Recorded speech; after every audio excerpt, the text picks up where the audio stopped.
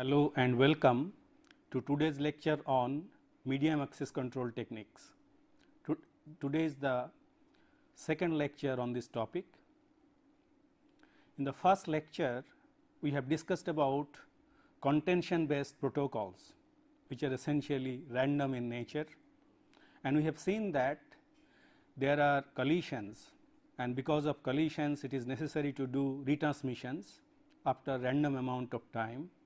And as you know, whenever collision occurs, it leads to wastage of bandwidth, and whenever the traffic load increases, there are many collisions leading to loss of throughput, and ultimately it may lead to thrashing situation. We have seen that.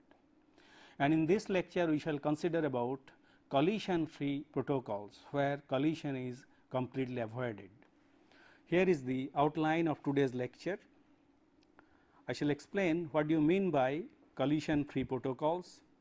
Then we shall discuss one important protocol which is primarily used in wireless communication, that is carrier sense multiple access with collision avoidance. Here collision is avoided. Then there are two more techniques which are essentially controlled access techniques, also known as round robin medium access control techniques, known as polling and token passing.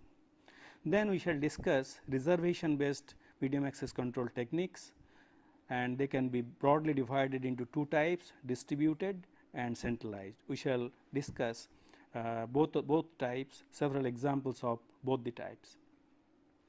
And on completion of this lecture, the students will be able to understand the need for collision free medium access control techniques. They will be able to explain the operation of CSMA protocol that we shall discuss, and they will be able to explain round robin based medium access control techniques such as polling and token passing.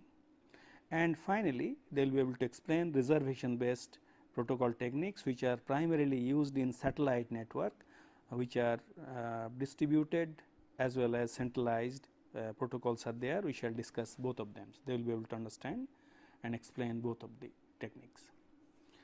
Here is the overview of the total picture. In the last class, we have discussed the random access protocols like Aloha, CSMA, CSMA CD, pure Aloha and slotted Aloha. As we know, these are all contention based, where collision is allowed to take place, particularly when the traffic increases, collision occurs. In this lecture, we shall consider CSMA CA, then round robin and reservation based protocol, as I have mentioned. Question arises, why do you need CSMA CA or collision carrier sense multiple access with collision avoidance? Why do you need it?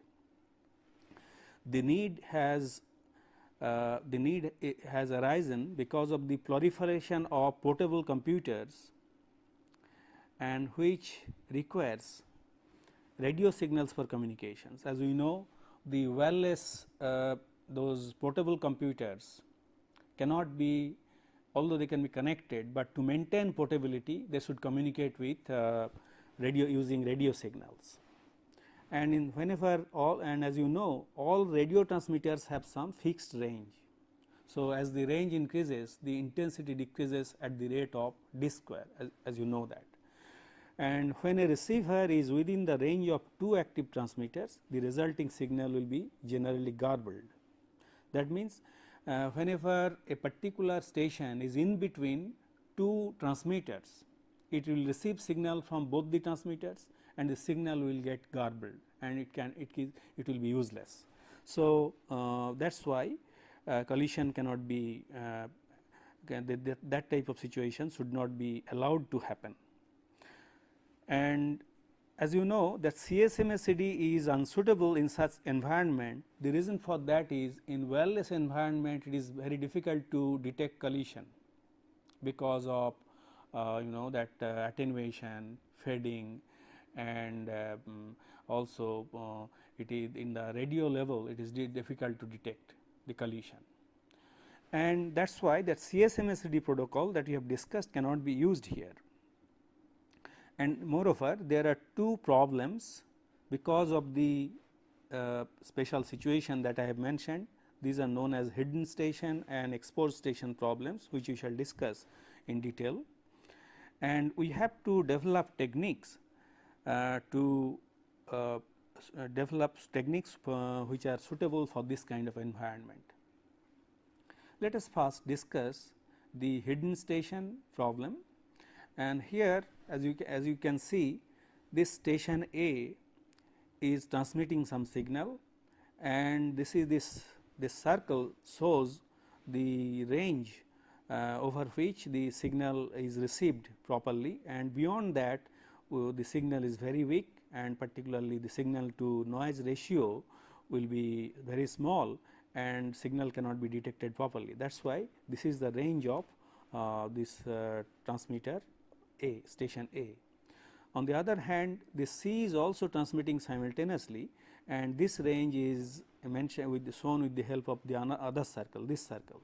So, two circles are showing the range of two transmitters which are transmitting simultaneously. As you can see, B is in between. As a consequence, B will receive signal both from A and C. As a result, the signal here what will be received by B will be garbled, and it will not be able to find out, I mean will not be able to get the packet or message which is sent either by A or by C. But unfortunately, this signal the transmission sent by A will not reach C, and also the transmission sent by C will not reach A because of longer distances. As a result, they will not know that some kind of collision has taken place and B has not been able to get the signal. So, that means in such a case both the signals will reach B and collision will occur, but A and C will not be able to detect the collision. So, A and C will not know. This is the hidden station problem. So, this is hidden between two stations. The other problem is known as exposed station problem. Here as you can see, station B wants to send to A, wants to send a frame to A, and which is also listened by C. That means both C and A are within the range of B. As a result, whenever B transmits, both A and C will listen to it, and as a consequence C will decide that C is not able to transmit to D, because it will assume that the signal sent by B will also reach D and collision will occur, and this is known as exposed station problem. Although in practice, when B is transmitting to A, C can simultaneously transmit to D, it is possible, but if we use normal technique that CSMA or CSMA CD, this cannot be done. And so what I intend to say, in this situation B can transmit to A and C can transmit to D simultaneously, but that our protocol will not allow it unless we develop a suitable protocol. That can be avoided by using a special protocol known as carrier sense multiple access with collision avoidance. Here collision is completely avoided by using suitable protocol. Let us see how it is done. Here sender sends a short frame called request to send RTS, which is about 20 bytes, to the destination. The request to send also contains the length of the data frame. That means that request to send packet will contain the information about the length of the data packet. This destination station will respond to it with a short frame which is of 14 bytes, which is known as cleared to send frame. And after receiving the cleared to send, the sender starts sending the data frame. Here all the stations which will receive this cleared to send will defer transmission. So, if collision occurs, of course, there is a possibility that there will be multiple cleared to send frames will be present in a particular situation, and in such cases there is a possibility that cleared to send frame will suffer collision. So, in such a case there will be some backup technique has to be used, so that that cleared to send message or packet is received by the sender. Let us see how exactly it happens. So, here A sends a frame request to send, which is of 20 bytes, and when it reaches B, which sends a 14 byte cleared to send frame. Now, after hearing this cleared to send, as you can see here, A is sending request to send, B will send the cleared to send, and that particular signal will be listened by C as well as by A.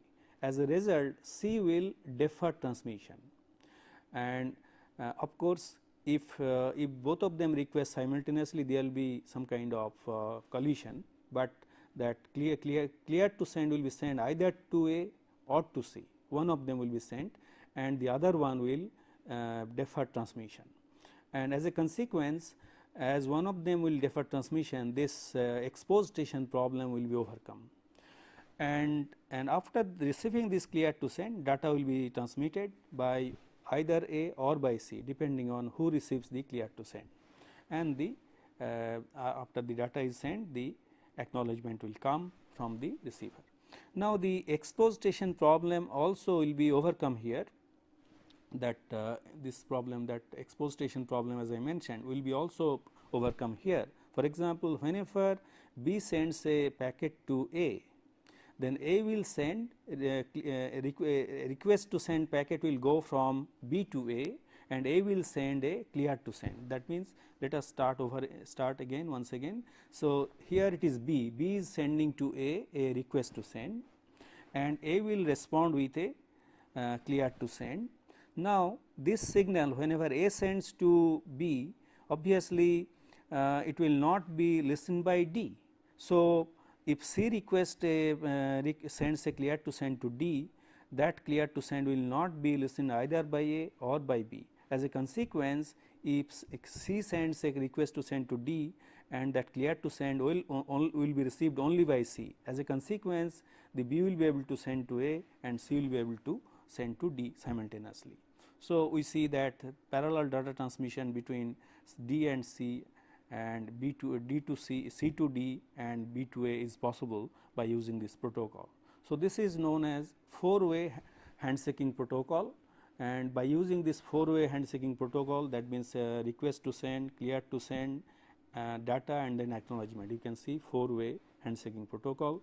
This is known as carrier sense multiple access with collision avoidance. So, you see the data packet does not suffer collision in any situation. So, we have seen how collision is avoided in wireless communication, particularly this protocol is used in wireless LAN, as we shall discuss in detail later on. Now, we shall go back to the round robin techniques, and this the one important approach used in round robin technique is polling. Polling is a very common situation used in many practical situations. This particular technique is used in many practical situations. For example, in classroom we do the roll call by using polling, or we ask questions to the students by using polling.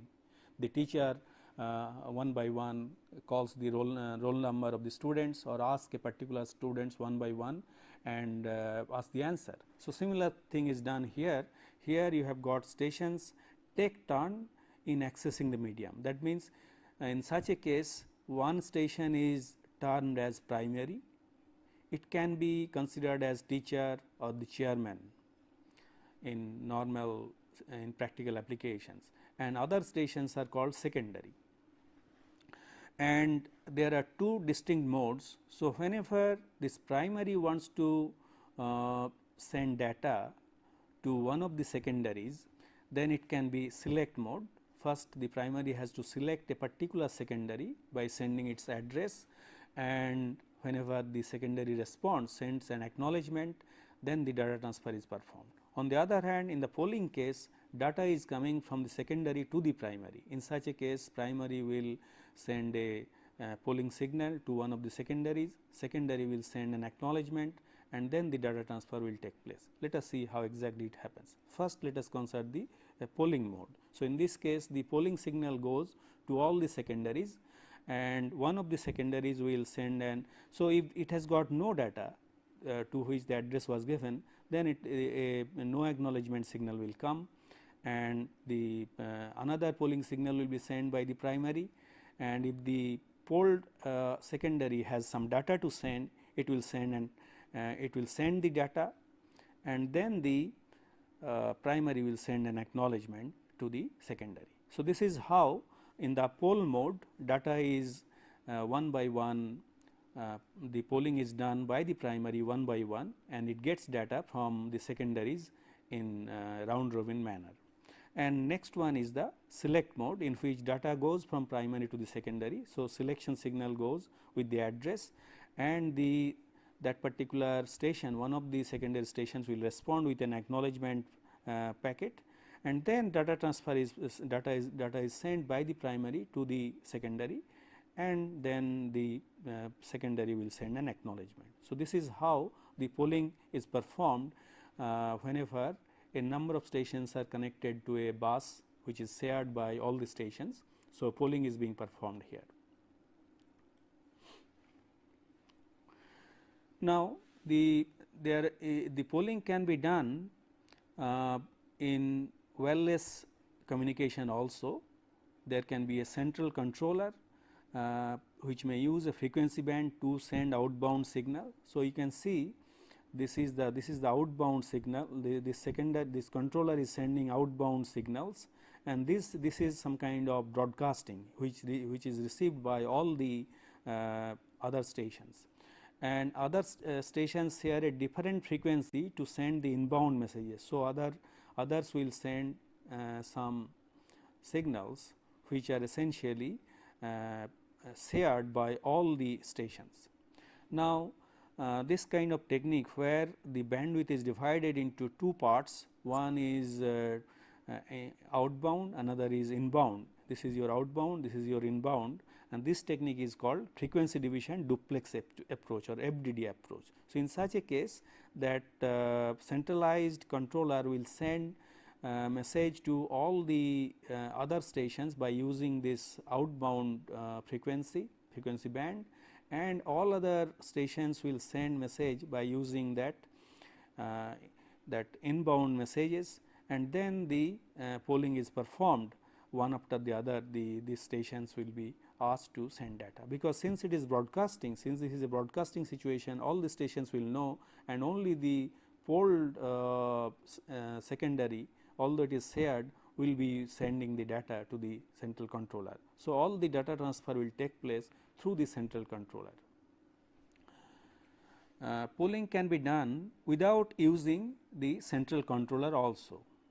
It is here is the situation where you have got a number of stations, as you can see, and there is no central controller. Here all station receive signals from all other stations. So, here if this station transmits, all the other stations will be able to receive it, because it is some kind of broadcasting. Whenever one of them transmits, all the other stations will receive it, and the stations will develop a polling order list using some protocol. The details of the protocol is not mentioned here, but in this distributed fashion, all the stations will use some kind of protocol by which the one station will send data to the others. Of course, based on the address, only the destination station will receive the data. So, in this way, one after the other, each station will transmit, although it will be broadcasting, but the packet meant for the destination station will accept the data, others will ignore it. So, this is how polling can be done without using the centralized controller. So, it can be done in a distributed manner.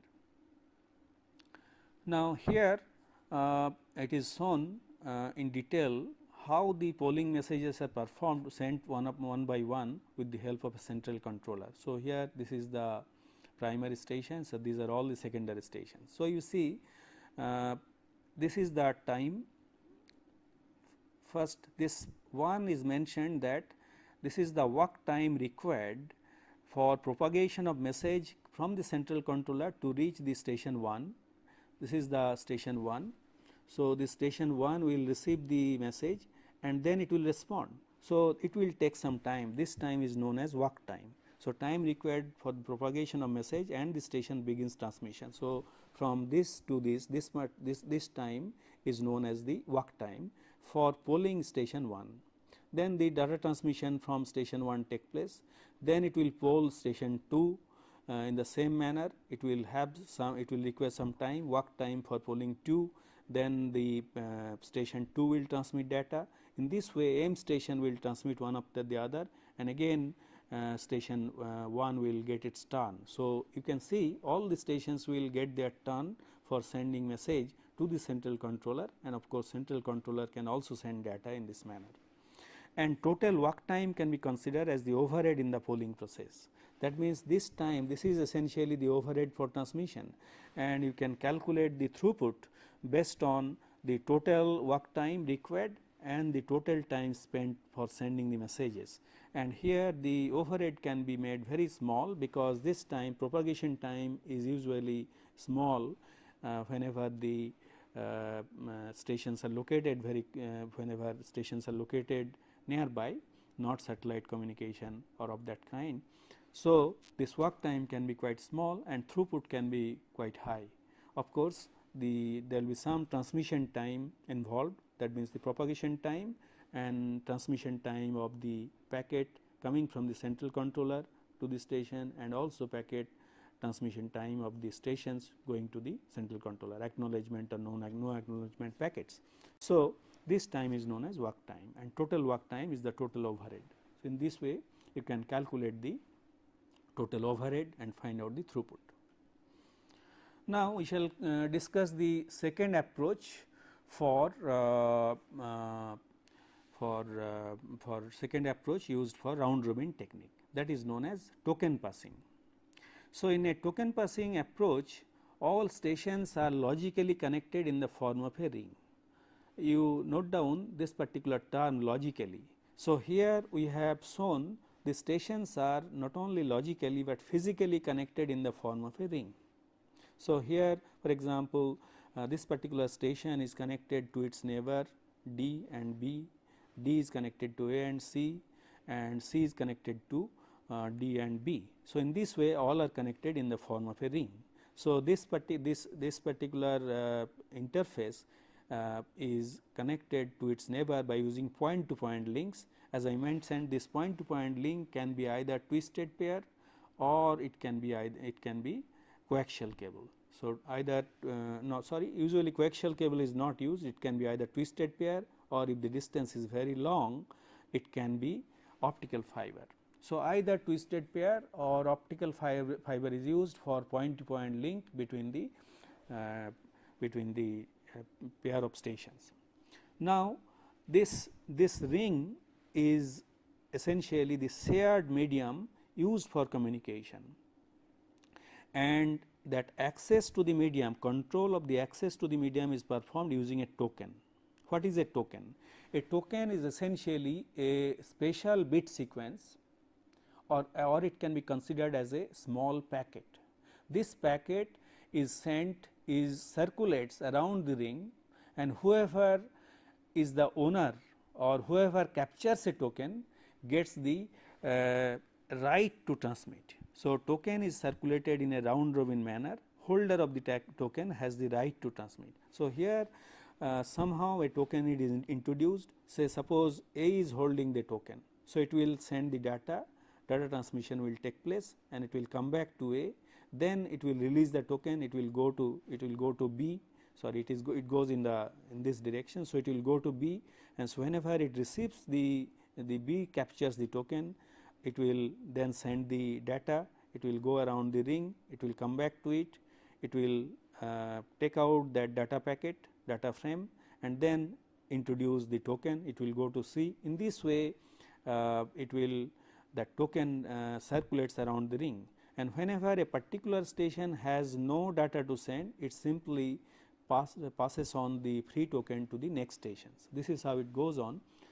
As we will see, this is explained with the help of this flow chart. So, all stations wait for the token, and whenever token is received by its network interface, we have seen there is some kind of network interface, and that network interface, so this is a station and this is the network interface. So, token whenever it passes by through this network interface, then it is captured, and if it has got data to send, it checks whether it has got data to send. If the answer is yes, it sends the frame, and now it is now possible to send multiple frames, not one. If the time allocated is long, multiple frames can be sent before releasing the token. So, it keeps on sending data until the time is over, and after the time is over, it releases the token and it stops. So, this is what goes on in a particular station. So, in this way, each station waits for the time for the token, captures it, sends the data, and after all the data is transmitted or the time is over, it comes out of it, it releases the token, and then it goes to the next stations. So, this is how the data communication take place in a round robin manner in token passing using token passing protocol. Let us see the performance of token passing protocol. The performance can be explained by using two parameters, one is throughput, another is delay. So, this throughput, it is a measure of the successful traffic, that means how many packets have been transmitted. As you know, it gives you the measure about how many packets has been transmitted per unit time or per second, how many frames have been transmitted, that is your throughput. And delay, it is a measure of the time between when a packet is ready and when it is delivered. As we have seen in the previous diagram, it waits for a token. So, what is the waiting time? That waiting time can be very long if there are a large number of nodes stations in the ring, and on the other hand, if the number of stations in the ring is small, then the waiting time can be small. So, this is the measure of the delay. It is a measure of the time between when a packet is ready and when it is delivered. So, let us see, it depends on what parameters. A station starts sending a packet at t is equal to 0, t0, and completes transmission at t is equal to t0 plus 1 and receives the tail at t0 plus 1 plus a. So, you can see at t0 it completes transmission, and then this a is the ratio of the propagation time by transmission time, and in this case transmission time has been considered to be 1. So, it is normalized with respect to the transmission time, and a is the ratio of the propagation time by the transmission time. So, this station will receive the tail at t0 plus 1 plus a. Now, what is the average time required to send a token to the next station? It is a by n. As I mentioned, this is dependent on n propagation time as well as n. So, for larger value of n, that means that it will depend on the ratio of a and n, and for whenever the number of when the number of stations is large, there can be a long delay. And throughput is expressed as s is equal to 1 by 1 plus a by n whenever a is less than 1. Then whenever there are two situations. So, a has started sending the frame and it goes around the around the ring.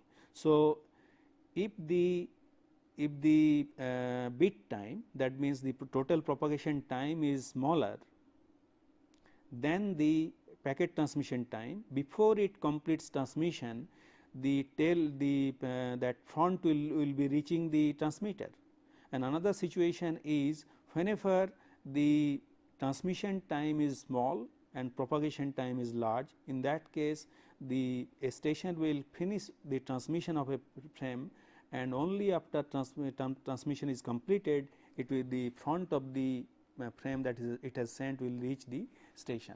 So, this is being expressed by this parameter, that means A is less than 1 means that A is less than 1 means that the propagation time is small compared to the transmission time.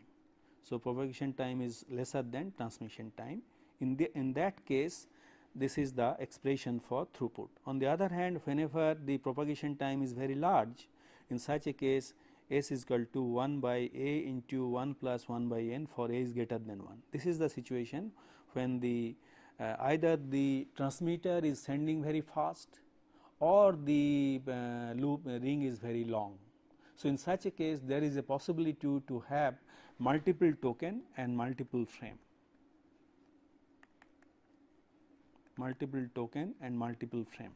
Normally, in this particular situation, it is not possible to have transmission of multiple frame or multiple token, but in this situation it is possible to have multiple token and multiple frame.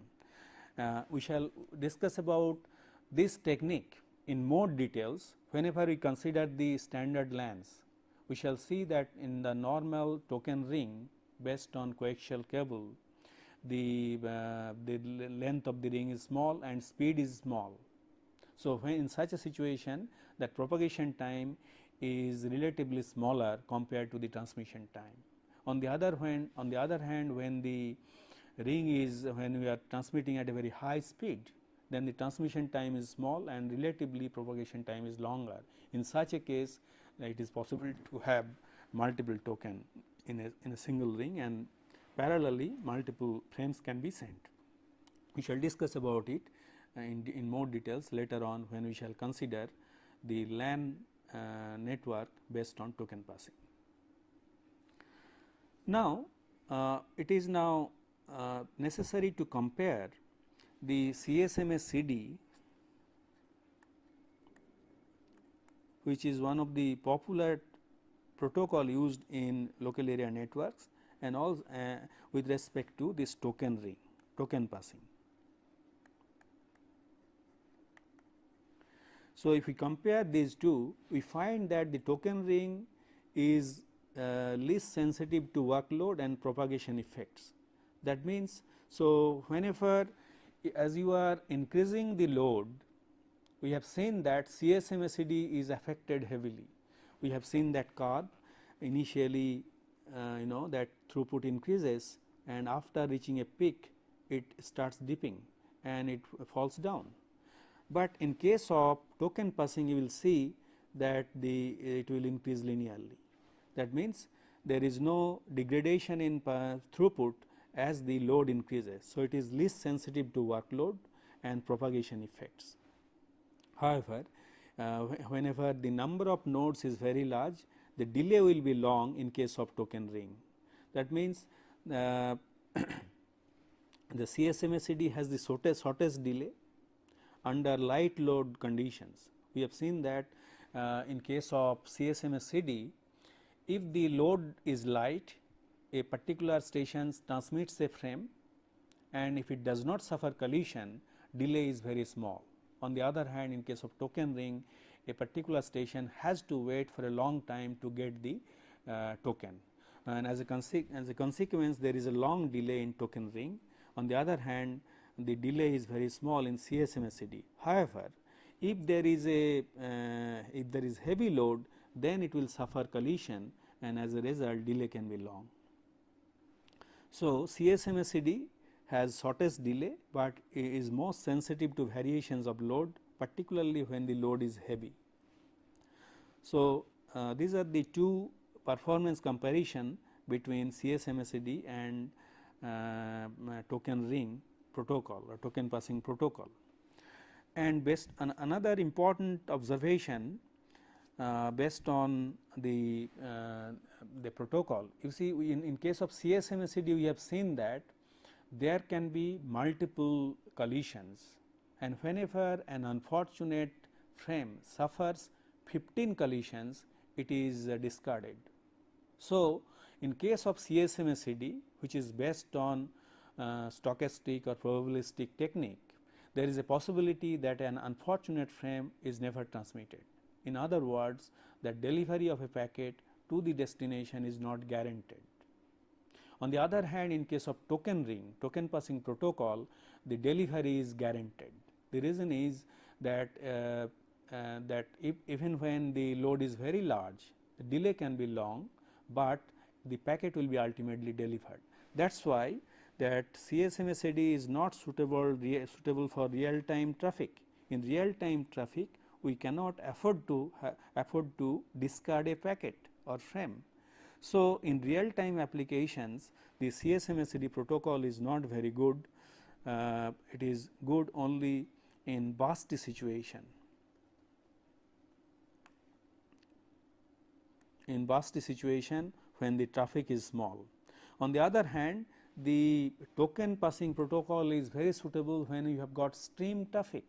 So, whenever you have got streams of data coming at a regular interval from all stations, it is not burst in nature, then the token passing protocol works better, or round robin technique works better. So, these are the relative comparison between the contention based protocols and the round robin protocols. Now, we shall come to the reservation protocol, and which is essentially based on the satellite networks. Let us look at the unique features of satellite networks. As we know, there is long round trip propagation delay, which is about 1/4 of a second. So, here you have got a satellite, and here are the ground stations. As we know, the satellite is located at about 36,000 kilometer away above the ground, and the round trip delay is about 1/4 second. So, round trip delay is 1/4 of a second. So, this is the time, this is a relatively very long time. 1/4 of a second in today's context is quite long time, and this has to be taken into consideration when we develop a protocol. And after the round trip delay, a station comes to know whether a packet transmission was successful or it suffered collision. That means, if a ground station, say transmitter, sends a packet, as we know, the satellite will receive it and then send it using the downlink frequency, and it will do the broadcast. So, if multiple stations sends a packet which is essentially shared, then there will be some kind of collision, or the signal will be garbled, and the transmitter will come to know about it only after 1/4 of a second, not before that. And as a consequence, CSMACD based protocol are unsuitable for in such a situation. The reason for that is, what a particular station, whenever a collision is detected by a station, it knows actually it has happened 1/4 of a second earlier, not now, and as a consequence we can say that the value of A, that is the ratio of the propagation of time by the transmission time, is very large. And as we know, whenever A is large, then the throughput or the efficiency of the CSMA based protocol is very poor, and that is why the CSMA-CD or CSMA based protocols cannot be used in situations where the propagation delay is very long, particularly in satellite communication. In satellite communication, as you have seen, that propagation time is quite large, and as a consequence the schemes based on collision detection cannot be used. Let us see whether we can use polling. You see, if we use polling, then that polling signal has to go from the central controller to all the stations, and that sending the frame and getting the acknowledgement from the that the stations will take about 2 round trip delay, that means half of a second, which is very large. So, that means just for polling, which is part of that walk time that I have mentioned, that time will be quite large, and as a consequence this polling will be very inefficient. Similarly, the token passing also will not be suitable for the satellite networks, because to send the token, say station will take at least 1/4 of a second to send a token to the next station, and as a consequence neither CSMA based protocol, contention based protocol, nor the round robin type protocols can be used in satellite networks. So, in such a situation a new technique have evolved, which is known as reservation based protocols, and these reservation based protocols can be broadly divided into two types. The first one are distributed, and second one is second category is centralized. We shall consider several protocols based on distributed as well as centralized techniques. First one is R aloha, which is essentially means reservation aloha. Here there are some basic assumptions. The basic assumptions are the time is divided into a number of slots. That means the frames are the time is divided in terms of slots, and this is synchronized. Secondly, there is another assumption, the round trip delay, that means the this is the frame time, that propagation time, this frame transmission time should be at least greater than the propagation time. In other words, by the time one frame is transmitted, this time should be longer than the propagation time. These are the two assumptions which is made, and in reservation aloha frame length must be at least as long as the bit length. Bit length is essentially the propagation time. That means that this time should be more than 1/4 of a time, 1/4 of a second, that is the propagation time. This is known as the bit length. So, bit length should be more than the frame length. Now, here a station contends for a slot in the next frame. So, here what is being done, the situation is the total number of frames,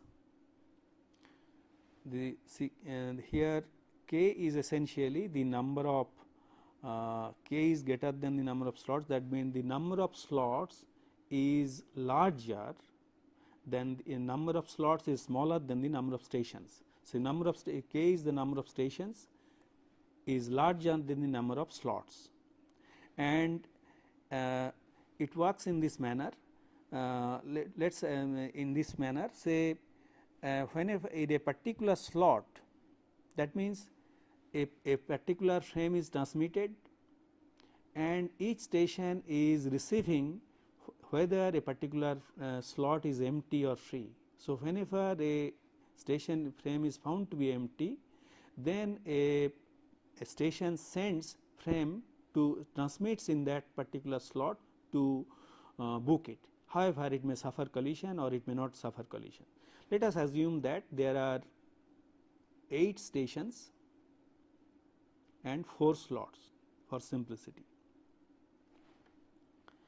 and let us assume initially station 1 is transmitting here, this is unused, and this station 2 is transmitting here, and this is also unused. Now, this will be received by all the stations.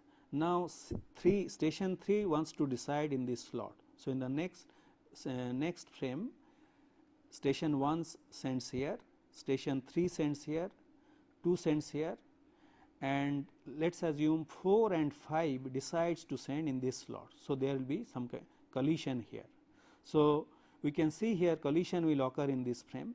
Now, the third frame can happen in this way, 1 will send transmission here and 3 may continue, and suppose 2 has finished transmission. So, it will remain unutilized and in this frame again will remain unutilized because of collision.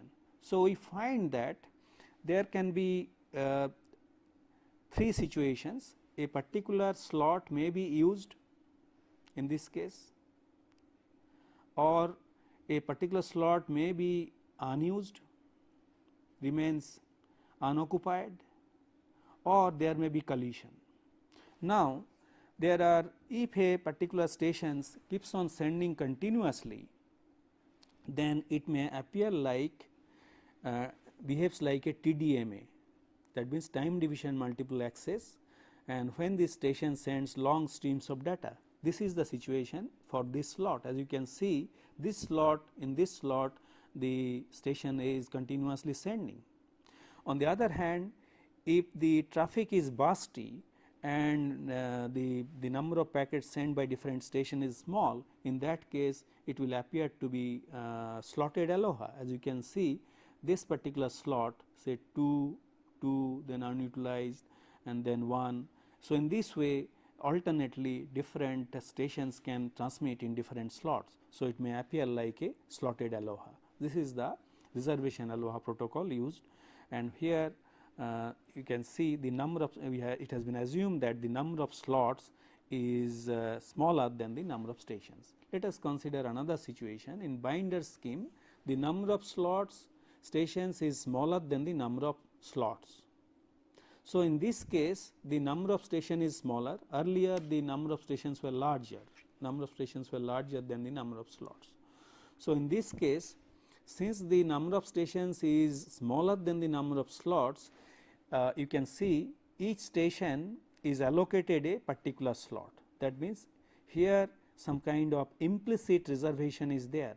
Implicit reservation for slots are provided because the number of stations is smaller, and extra slots are available in which transmission can be reserved by using that slotted aloha, as I have already mentioned. So, let us assume there are only 4 stations and there are 6 slots. So, you have got 6 slots and 4 stations.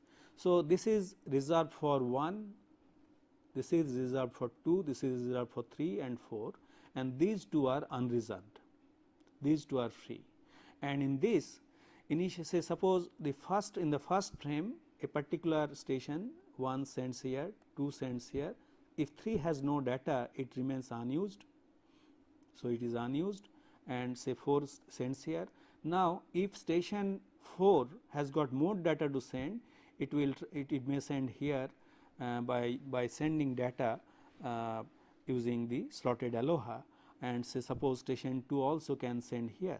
Now, in the next frame what can happen, since this is unutilized, a particular station may capture it by sending frame in it. Say 1 can send here, 2 can send here, say 3 can, it is, although it is allocated to 3, since 3 has no data, it was unutilized. So, another station say mate 4 can block it and send data here. So, in this way the transmission can go on. So, here you see it is superior to reservation aloha for stream dominated traffic. However, whenever the nature of traffic is bursty, then of course, it is not very efficient. So, here we see we are doing some kind of implicit reservation. It is a mixture of implicit reservation, and it is a combination of implicit and explicit reservation. So, for these stations the reservation is implicit, and for these excess slots the reservation is explicit. Explicitly it has to be done by using slotted aloha. So, this is binder scheme, and as I mentioned, it will perform better whenever the number of stations is when the traffic is stream dominated. There is another interesting scheme proposed by Roberts, and here explicit reservation is necessary by sending request in a mini slot which acts as a common queue in each frame. So, here we see this is a frame. Now, this frame is divided into a number of slots, and not only it is divided into a number of slot, one of the slot is divided into a number of mini slots. So, it is divided into a number of mini slots. Now, in these mini slots, the stations can send data and reserve the transmission. Suppose the number of mini slots is equal to the number of senders. So, if it sends here, then this is blocked. If it sends here, then this is blocked. In this way, blocking can be done. That means successful transmission in mini slots in a mini slot allows reservation. That means it is not explicitly for a particular station. If a particular station is successful in transmission in a particular mini slot, that particular frame, suppose in mini slot 1 a particular station has transmitted, then it books it for slot number 1, and if it say this is the mini slot and here are the other slots, let us assume. So, if station is successful in sending in mini slot 1, this is reserved for that station. If another station is successful in sending in this mini slot, it is reserved for this station. In this way, by sending some data, sending a reservation frames in the mini slots, the reservation can be done explicitly for the subsequent frames. Now, when for lengthy stream there can be considerable delay. Why there can be considerable delay? Because we find that in this case each station has to explicitly book for sending a frame, and each time it has to be done. So, for each frame explicit booking is necessary. Now, if a particular message is divided into a large number of packets, so it can suffer long delay, because to send this packet explicit reservation will be necessary, to send next packet another explicit reservation will be necessary. In this way, for each of these packets there will be need for explicit reservation, and which will lead to considerable delay. So, this is the disadvantage of this Roberts scheme. Now, these are the distributed schemes which we have discussed in detail, where we have seen the stations are doing their reservations by sending packets by using slotted aloha. Now, the distributed schemes suffer from the disadvantage of higher processing burden of each stations. That means, each station must have the processing capability. They should be able to send data, reservation packets. As a result, the high processing burden is necessary. On the other hand, distributed schemes are vulnerable to loss of synchronization. So, that is why centralized scheme can be used, and two centralized schemes will be discussed in this we shall discuss. One is known as fixed priority oriented demand assignment, and second one is packet demand access multiple access.